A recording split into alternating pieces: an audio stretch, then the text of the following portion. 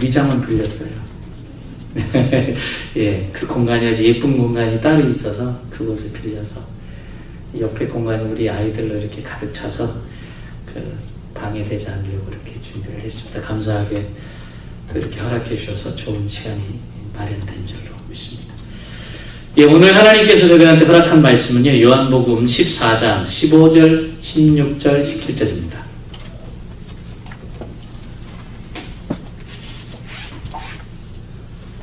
요한복음 14장 15절, 16절, 17절. 제가 주는 성경 신약 172면입니다. 앞에 또 스크린에 또 크게 비춰져 있으니까요. 자, 15, 16, 17절 우리 함께 한 목소리로 합독하도록 하겠습니다.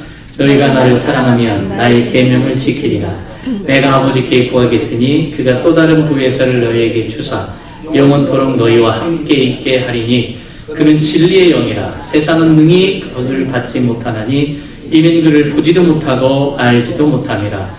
그러나 너희는 그를 아나니 그는 너희와 함께 거하시며 또 너희 속에 계시겠습니다. 아멘. 15절 여러분들이 눈으로 한번 읽어보시면요, 내용은 굉장히 짧습니다. 그런데 굉장히 많은 내용을 함축하고 있습니다. 너희가 나를 사랑하면 나의 계명을 지키리라. 너희가 나를 사랑하면 나의 계명을 지킨대요. 그런데 우리의 관심은 어디에 있느냐? 하나님이 우리에게 주신 계명을 지키고 살길 원합니다. 사실 예쁜 마음이죠. 그래야 되죠.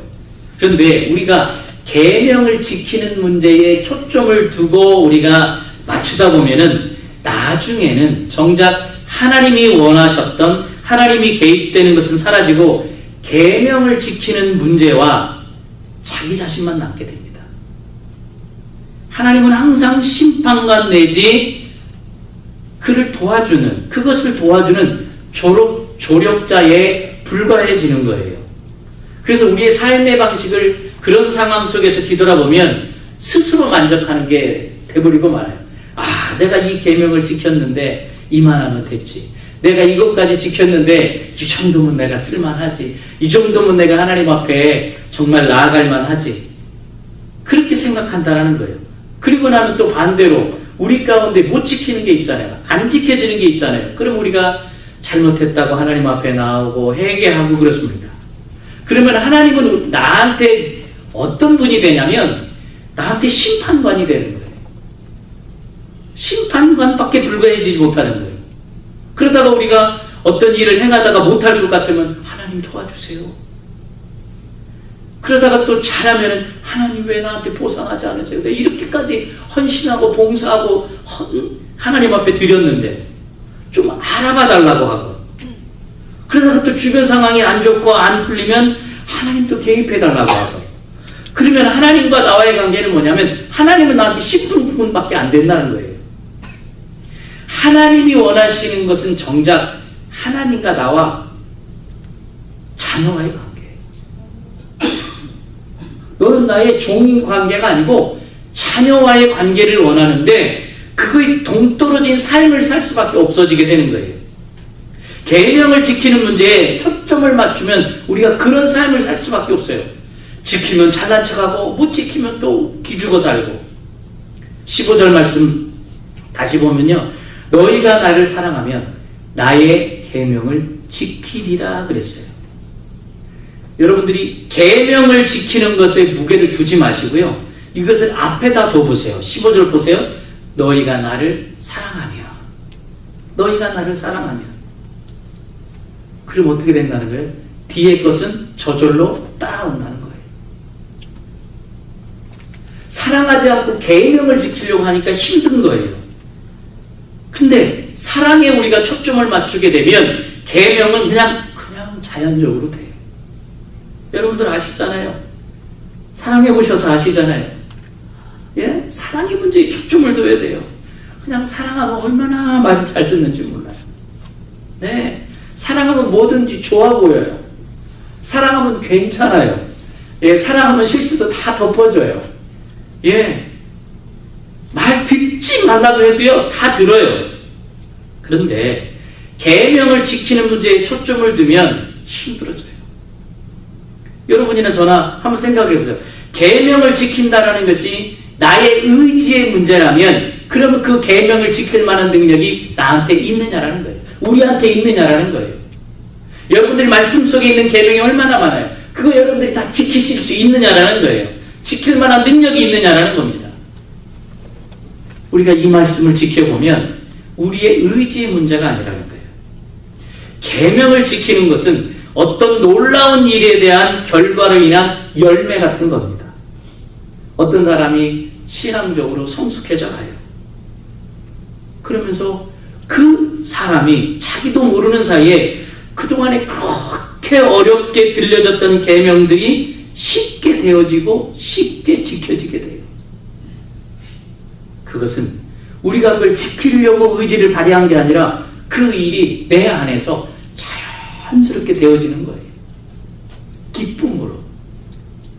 옛날에 그렇게 내가 저 계명을 지켜야지, 내가 저러고 살아야지. 근데 얼마나 노력했어요? 지키려고 얼마나 하셨어요? 안 됐어요, 잘.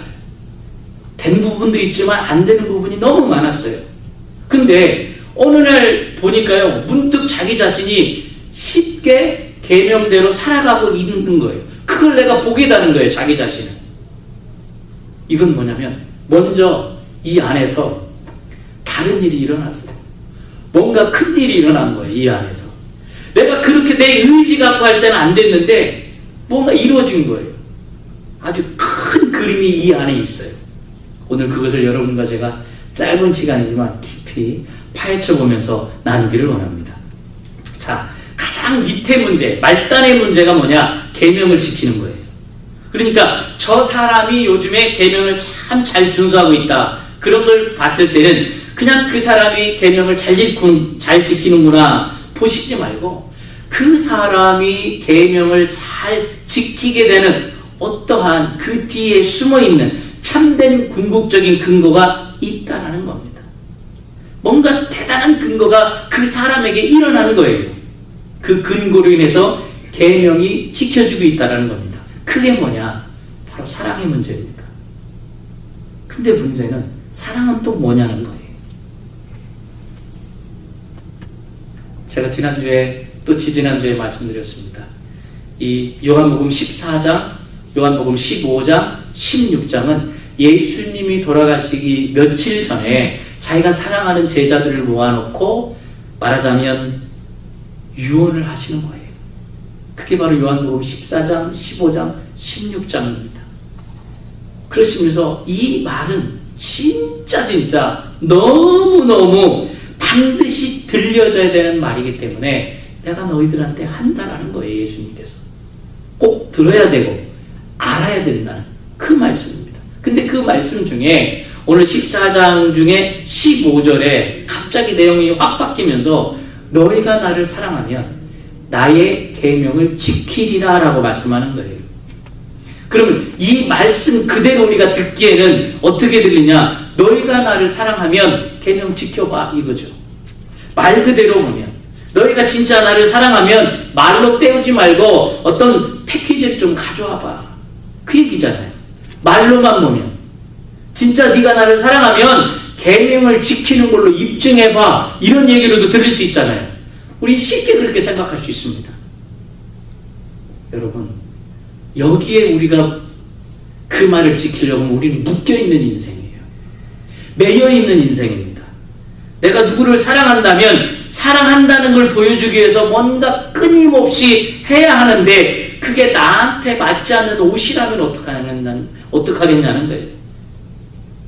원하지 않는 내가 할 수 없는 일일 수도 있잖아요. 지키라는 게 내가 정말 못하는 일일 수도 있잖아요. 내가 누구를 사랑하는데 할 수 있는 일도 있고 하지 못하는 일도 있거든요. 근데 내가 사랑하는데도 할 수 없는 일이 계속 나한테 해야 돼 하고 강요된다면 그 모든 게 우리한테 무거운 짐이 된다는 거예요. 그런데 주님께서 우리에게 하시는 말씀은 그 얘기가 아니라는 거예요. 너희가 계명을 지키는데 그 계명을 지킨 것은 분명히 어떤 일이 내 안에 너희 안에 하나님과의 관계에 사랑에 깊어지는 것이 바른 신앙생활입니다. 하나님이 답입니다. 이 사랑을 키우면 그곳에 행복, 기쁨, 평안, 어려움 이길 수 있는 능력이 생겨요. 이 사랑이 와야 돼요. 그래야 감당이 돼요. 이 사랑이 있어야 목회도 하는 거고, 이 사랑이 있어야 신앙생활도 하는 거예요. 그 계명을 지키려고 하니까 지금까지 수십 년 동안 계명을 지키려고 하니까 힘든 거예요. 그냥 주일은 그냥 가면 안 돼, 안 빠지면 안 되니까 오는 거예요. 근데요, 사랑하면 저절로 돼요. 왜요? 만나고 싶잖아요. 사랑하면 가고 싶잖아요. 사랑하면 높여드리고 싶잖아요. 저절로 되는 거예요. 저절로 따라오게 되는 거예요. 이 세상의 문제 다 해결하고 산다? 있을 수 없는 일입니다. 사랑이 있어야 됩니다. 무슨 사랑이냐고요? 하나님과의 관계에 사랑이 있어야 돼요. 우리는 그 사랑의 기운으로 참을 수도 있고, 수고할 수도 있고, 헌신할 수도 있고, 그 사랑의 기운으로 희생할 수도 있는데 기쁨으로 희생합니다. 지금도 세계 방방곡곡에 기쁨으로 희생해요. 기쁨으로 감당해요. 기쁨으로 나가요. 우리가 영원한 사랑을 만났기 때문에 열심히 자꾸 하나님 만나고 많이 생각하는 것이 사랑이 깊어지는 거예요. 말씀을 보고 보도 더 깊어지고 더 깊어지고. 한국에 있을 때는, 신학 공부할 때는 전철에서도 버스 안에서도 얼마나 열심히 제가 성경을 봤는지 몰라요. 왜요? 맛있으니까. 여러분들 그 맛을 한번 보셨나요? 난 봤는데요. 그렇게 대답하고 계시라고 믿습니다. 맛을 보십시오. 그럼 가까이 갈 수밖에 없습니다. 아멘. 예레미야 29장 13절에 이렇게 기록되어 있습니다. 너희가 온 마음으로 나를 구하면 나를 찾을 것이요 나를 만나리라. 온 마음으로 간절히 나를 구하면 나를 찾을 것이요 나를 만나리라. 아멘. 나를 가까이 해라. 그러면 내가 너를 가까이 하겠다라는 말씀입니다. 하나님을 더 가까이 하십시오. 여러분들 시험 드셨습니까? 하나님을 더 가까이 하십시오. 어려우십니까? 문제 바라보면 문제가 너무 커요. 그 문제에 짓눌려서 더 힘들어요. 그냥 그 문제를 해결해 주시는 하나님 쪽으로 가십시오. 아멘. 하나님이 해결합니다. 하나님께로 더 가까이 갑니다. 고통 가운데 계신 주님,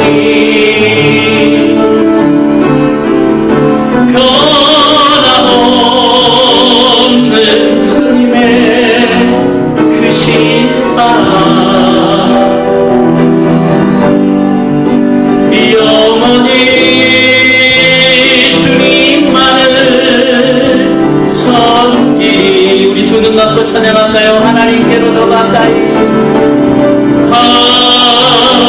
하나님께로 더 가까이 가는. 고통 가운데 계신 주님, 고통 가운데 계신 주님, 변함없는 주님의 크신 사랑, 변함없는 주님의 크신 사랑, 영원히 주님만을, 영원히 주님만을 여러분들이 신앙 고백이 되길 원합니다. 변함없는 주님의, 변함없는 주님의 크신 사랑, 영원히 영원히 주님만을 섬기리. 허밍으로 다시 한번 고백할까요? 변함없는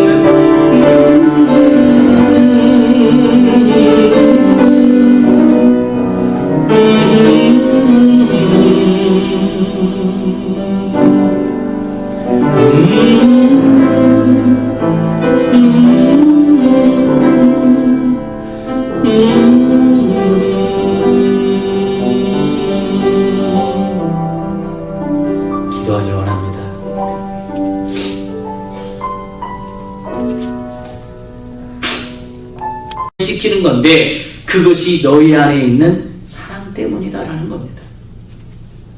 그런데 그것이 문제는 사랑 때문이 아니라 더 큰 그림이 그 안에 따로 있다라는 거예요. 어떤 일로 인해서 사랑하게 된다는 거예요. 근데 그 사랑하게 되면 자연스럽게 된다는 거예요. 그럼 어떻게 하면 내 안에 사랑이 충만해지냐? 어떻게 하면 그 사랑으로 인해서 내가 계명을 지킬 수 있느냐? 그것을 우리가 말씀을 통해서 보길 원합니다. 16절, 17절입니다. 내가 아버지께 구하겠으니 그가 또 다른 보혜사를 너희에게 주사 영원토록 너희와 함께 있게 하리니 그는 진리의 영이라. 세상은 능히 그를 받지 못하나니 이는 그를 보지도 못하고 알지도 못함이라. 아멘. 16절에 보니까요, 너희 안에 보혜사를 주신대요. 영원토록 너희와 함께 있게 해주시겠다는 거예요. 보혜사, 파라클레토스. 이 파라라는 그 곁에와 클레토스, 부름받은 두 가지 합성어예요. 뜻을 보니까 곁에서 나를 격려하고 힘을 주고 복돋아주고 위로해주고 상담해주고 돕기 위해서 부름받은 자라는 거예요. 파라클레토스. 얼마나 귀한 말인지. 영어 성경 킹제임스에 보니까 컴포러라고 되어 있어요. 위로자예요. NIV 성경에는 카운셀러래요. 상담자래요. 다른 성경들을 보니까 헬퍼래요. 돕는 자래요. 한글 성경과 현대인의 성경은 보호자로 되어 있어요. 그 보혜사를 보내주시겠대요. 우리를 위로하고 상담해주고 도와주고 보호해주는 이 신약 성경 중에 한 군데 이게 더 있는데 요한일서 2장 1절에 되어 있어요. 여기 뭐라고 되어 있냐면 대언자가 있으니 곧 의로우신 예수 그리스도라 그랬어요. 여기서는 이 원어가 대언자래요. 현대인의 성경에 보니까 변호자에 되어 있고 킹제임스 한글 성경에 보니까 변호인으로 되어 있더라고요. 근데 여기에 보니까 앞에 한자가 더 붙어 있어요. 보혜사인데 보혜사는 보혜사인데 또 다른 보혜사래요. 또 다른 보혜사. 알로스 파라클레토스예요. 또 다른. 이 알로스란 단어를 보니까 종류와 성질이 똑같은데 다른 거래요. 똑같은데 다른 거래요. 이 말씀은 성령님께서 예수 그리스도와 동일하신 보혜사로서 동일하신 인격, 동일하신 목적으로 예수님의 이름을 대신해서 예수의 위치에서 일하신다라는 거예요. 그러나 다르다라는 거죠. 왜요? 예수님께서 육체를 입고 계셨기 때문에 이때 말씀하실 때는 내가 시간과 공간에 제한을 받고 있다는 거예요. 근데 부활 이후에는 영으로 존재해서 우리를 구원하시고 도우시고 인도하시고 계심을 의미한다는 거예요. 예수님께서는 육체를 벗어버리시고 부활 이후에 영으로 계시면서 우리를 계속 돕고 계시겠다라는 겁니다. 너를 도와주겠다. 너를 보호해주겠다. 너를 상담해주겠다. 너의 위로자가 되어주겠다. 그리고 곁에서 항상 도와주겠다. 나는 떠나지만 또 다른 보혜사를 너에게 보여주겠다. 그 보혜사를 너에게 준다는 거예요. 그 보혜사가 내 안에 들어온다는 거예요. 그래서 나와 함께 계시고 나를 도와주시고 나를 대언해 주시고 나를 위로해 주시고 나를 상담해 주시는 분, 끝까지 곁에서 나를 도와주시는 분, 이것이 바로 진리의 영이라고 17절에 기록되어 있습니다. 그는 진리의 영이래요. 알라데이에스 푸뉴마, 영은 푸뉴마잖아요. 그 진리의 영이 우리 안에 있다는. 근데 그 진리의 영을 받은 사람이 있대요. 그가 누구라고요? 나래요. 우리래요. 성령님을 보내주셨는데 우리가 받았대요. 여기에 보면 17절에 세상을 얘기하는데 세상 얘기할 때는 그것에 대한 항상 대조가 되는 내가 있어요. 내가. 세상은 진리의 영을 받지 못한다. 그러니까 너희는 진리의 영을 받는다라고 하는 거예요. 그러면 진리의 영을 받았는지 안 받았는지 어떻게 하냐는 거예요. 진리의 영을 못 받은 사람은요, 아무리 얘기해도 듣지 못한대요. 보지도 못한대요. 알지도 못한대요. 아무리 얘기해도 알아듣지를 못해요. 그런데 진리의 영이 그 안에 있지 않기 때문이라는 거예요. 근데 진리의 영이 있는 사람은 알아들어요. 신앙생활 오래 했다고 알아듣는 게 아니고요, 알아들어요. 그 어려운 말씀이 들려요. 하나님의 세계를 알아요. 하나님의 마음을 봅니다. 할렐루야. 그것은 내 안에 진리의 영, 성령님이 오신 거예요. 주님이 보내주신 거예요. 그러니까 딱 둘로 나눠지는 거예요. 성령님을 가진 자와 가지지 않은 자. 이 보혜사가 있는 자와 없는 자. 딱 둘로 나눠지는 거예요. 세상의 사람들은 진리의 영을 받지 않는 자들이고 우리는 받은 자들이라고 말씀하십니다. 그들이 왜 받지 않았는지 알 수 있느냐? 아무리 말해도 알아듣지 못하니까. 보아도 보지 못하니까. 들어도 듣지 못하니까. 알지 못하기 때문에 그렇다라는 거예요. 그런데 우리들한테는 뭐라고 말씀하십니까? 너희는 보고 듣고 안다. 그렇게 말씀하십니다. 여러분은 진리의 영을 받으셨습니다. 그 말씀이 들려지는 거예요. 그 말씀이 들려지는 그 분량에까지 저희가 계속적으로 간구하면 되는 거예요. 사모하면 되는 거예요. 그러면서 17절 중반부터 뭐라고 기록되어 있습니까? 그러나 너희는 그를 아나니 그는 너희와 함께 거하시며 또 너희 속에 계시겠습니다. 우리가 그분을 알 수 있다. 내가 어떻게 알아요? 그분이 계시기 때문에. 자, 우리 고린도전서 2장 13절입니다. 제가 가진 성경 265면이고요. 고린도전서 2장 13절에 기록되어 있습니다. 앞에 비춰져 있죠? 우리 한번 같이 읽어볼까요? 우리가 이것을 말하거니와 사람의 지혜가 가르친 말로 아니하고 오직 성령께서 가르치신 것으로 하니 영적인 일은 영적인 것으로 분별하느니라. 영적인 일은 영적으로 분별한대요. 신적인 일은 신적인 일로 분별할 수 있대요. 여러분들이 어떻게 하냐면 여러분들이 분별이 되니까요. 왜요? 영적인 일은 영적으로 되니까. 그러면서 14절에 뭐라고 되어 있습니까? 육에 속한 사람은 하나님의 성령의 일들을 받지 아니하나니 이는 그것들이 그에게는 어리석게 보이며 또 그는 그것들을 알 수도 없나니 그러한 일은 영적으로 분별되기 때문이라 그랬습니다. 이어서 거꾸로 제가 9절부터 한번 읽어보겠습니다. 기록된 바 하나님이 자기를 사랑하는 자들을 위하여 예비하신 모든 것은 눈으로 보지 못하고 귀로 듣지 못하고 사람의 마음으로 생각하지도 못하였다 함과 같으니라. 오직 하나님이 성령으로 이것을 우리에게 보이셨으니 성령은 모든 것 곧 하나님의 깊은 것까지도 통달하시느니라. 사람의 일을 사람의 속에 있는 영 외에 누가 알리요? 이와 같이 하나님의 일도 하나님의 영 외에는 아무도 알지 못하느니라. 우리가 세상의 영을 받지 아니하고 오직 하나님으로부터 온 영을 받았으니 이는 우리로 하여금 하나님께서 우리에게 은혜로 주신 것들을 알게 하려 하심이라. 아멘. 아멘. 우리가 하나님의 영을 분별할 수 있는 것은 뭐냐? 진리의 영을 분별할 수 있는 것은 뭐냐? 진리의 영이 내 안에 들어와 있다는 거예요. 하나님이 진리의 영을 보내주셨다는 겁니다. 하늘의 것은 하늘의 하나님의 영으로만 알아들을 수 있습니다. 그래서 저들은 진리의 영이 없기 때문에 알 수 없다는 거예요.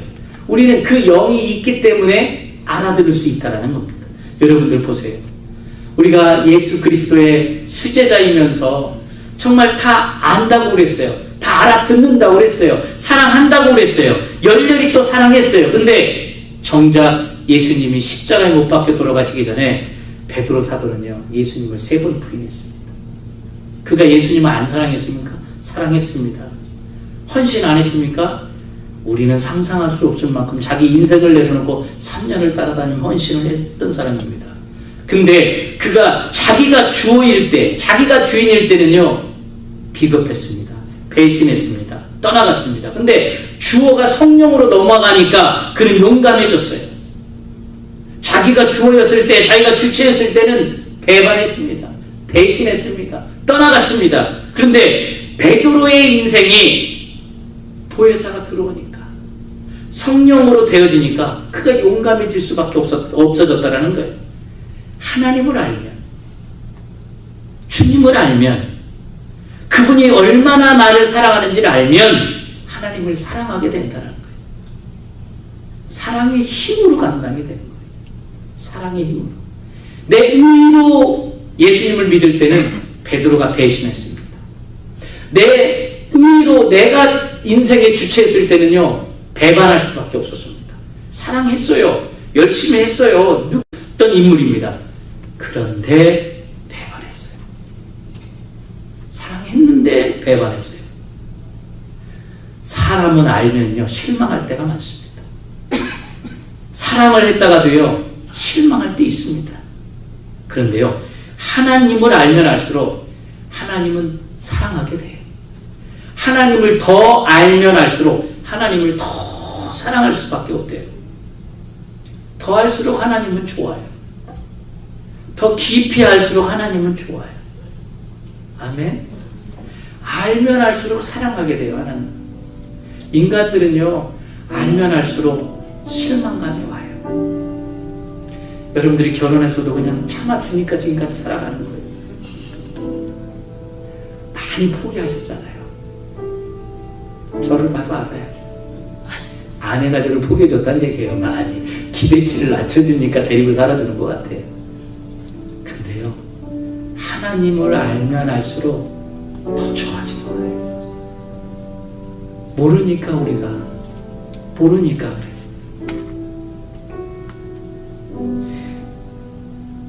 내가 어떻게 해서 이게 되는 게 아니에요. 그냥 그분의 정체를 알면, 그 하나님의 본질을 알면 사랑하게 되어진다는 거예요. 내가 사랑해야지, 사랑의 힘을 해야지. 몇 년 가나요? 얼마나 가나요? 우리가 사랑해서 끝까지 가나요? 인간들이 많이 기대치를 낮추니까, 그러려니 하니까. 그래서 찬송가 314장에 보니까 내 구주 예수를 더욱 사랑, 말씀을 준비하는데 314장이 생각나더라고요. 내 구주 예수를 더욱 사랑,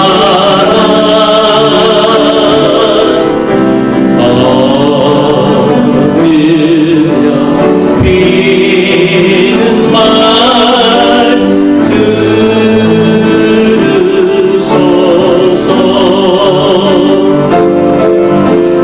내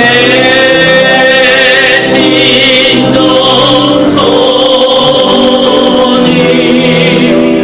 내 구주 예수 더욱 사랑, 더욱 사랑, 더욱 내 진정선이 내 구주 예수를, 내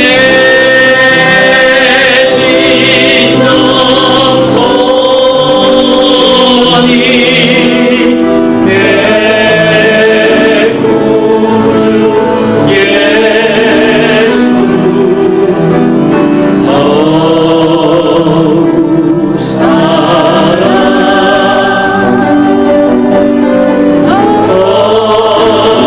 더욱 사랑.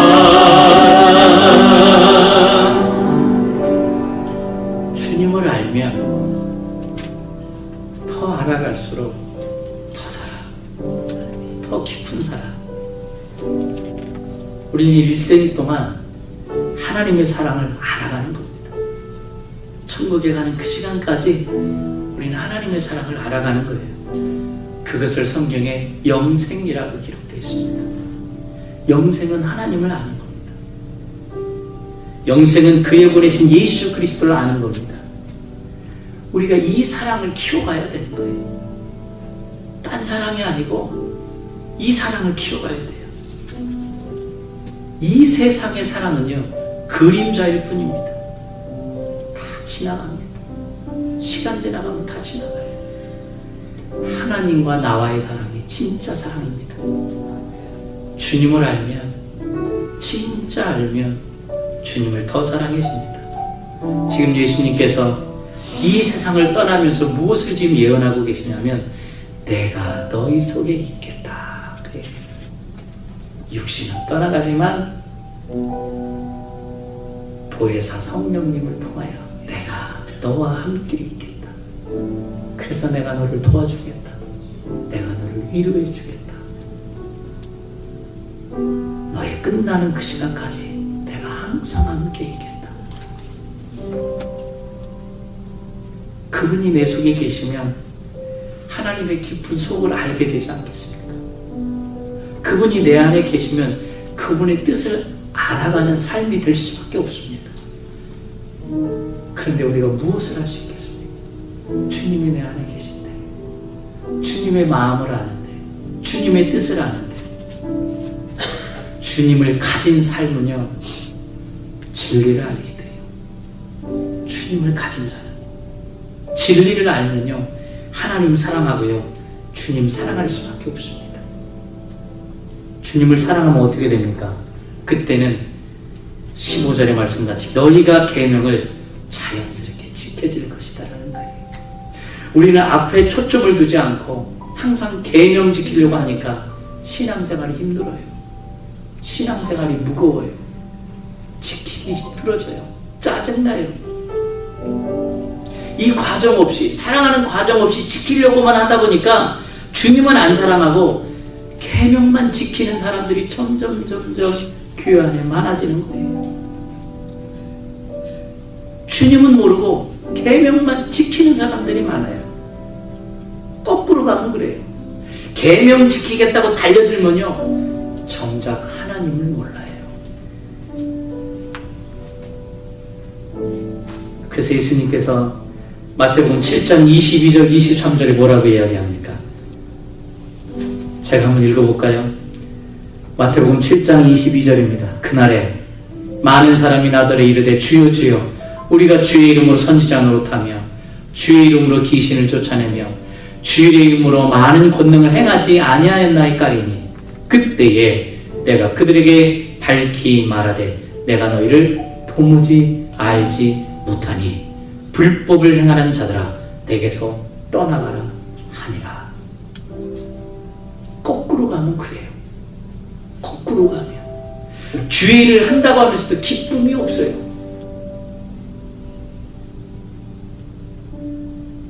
저는 목사인데 정말 우리 목사나 앞에 서서 리더하는 우리 리더자들이 정말 알아야 되는 것은 일이 우선이 아니라는 거예요. 계명이 우선이 아니라는 거죠. 하나님 사랑. 그 하나님의 사랑이 있기 때문에 육신으로 좀 힘들고 어려운 일도 있고 공격이 있어도 그래도 그 사랑으로 가는 거죠. 그 사랑이 먼저니까. 네가 그렇게 계명을 지킨다고 했지만 너도 나를 모르고 나도 너를 모른다라고 지금 마태복음 7장에는 기록되어 있는 거예요. 입으로는 주여 주여 하면서 마음으로는 나를 가까이 하지 않는다는 거예요. 입으로만 떠들고 있다는 거예요. 마음은 하나도 가까이 안 오시면서 하나님을 가까이 하지 않기 때문입니다. 하나님을 가까이 하면 사랑이 생겨요. 진리의 영을 넣어주셨기 때문에 그 진리의 영이 주님의 뜻을 살피고 하나님을 알아가고 하나님을 예수 그리스도를 계속 알아가도록 해주세요. 예수 그리스도를 알아가면은 우리의 삶은 그분을 사랑하는 삶이 되는 겁니다. 아멘. 그러면 너희가 나를 사랑하면 나의 계명을 지키리라. 사랑하면 일이 우선이 아니라 사랑하면 저도 여러분들을 사랑하고 여러분들도 또 여러분에게 맡기신 생명을 사랑하면 그 계명은 자동적으로 지켜질 줄로 믿습니다. 그래서 주님이 말씀하는 거예요. 내가 너에게 준 계명은 절대 무거운 것이 아니다. 우리는 왜 이걸 나한테 주셨는데 무거운 게 아니래요. 사랑하면 맞습니다. 사랑의 관계 속에는 그런 계명은 무거운 것이 아니에요. 오히려 즐거운 거예요. 나한테 이 일을 맡겨주셔서 감사해요. 나는 부족하고 연약한데 이 일을 맡겨주셔서 감사해요. 내가 이 일을 맡을 만한 능력이 없는데 저한테 이 일을 맡겨주시니 감사해요. 그게 주님의 사랑으로 가는 거예요. 근데 사랑 없는 사람한테 맡겨봐요.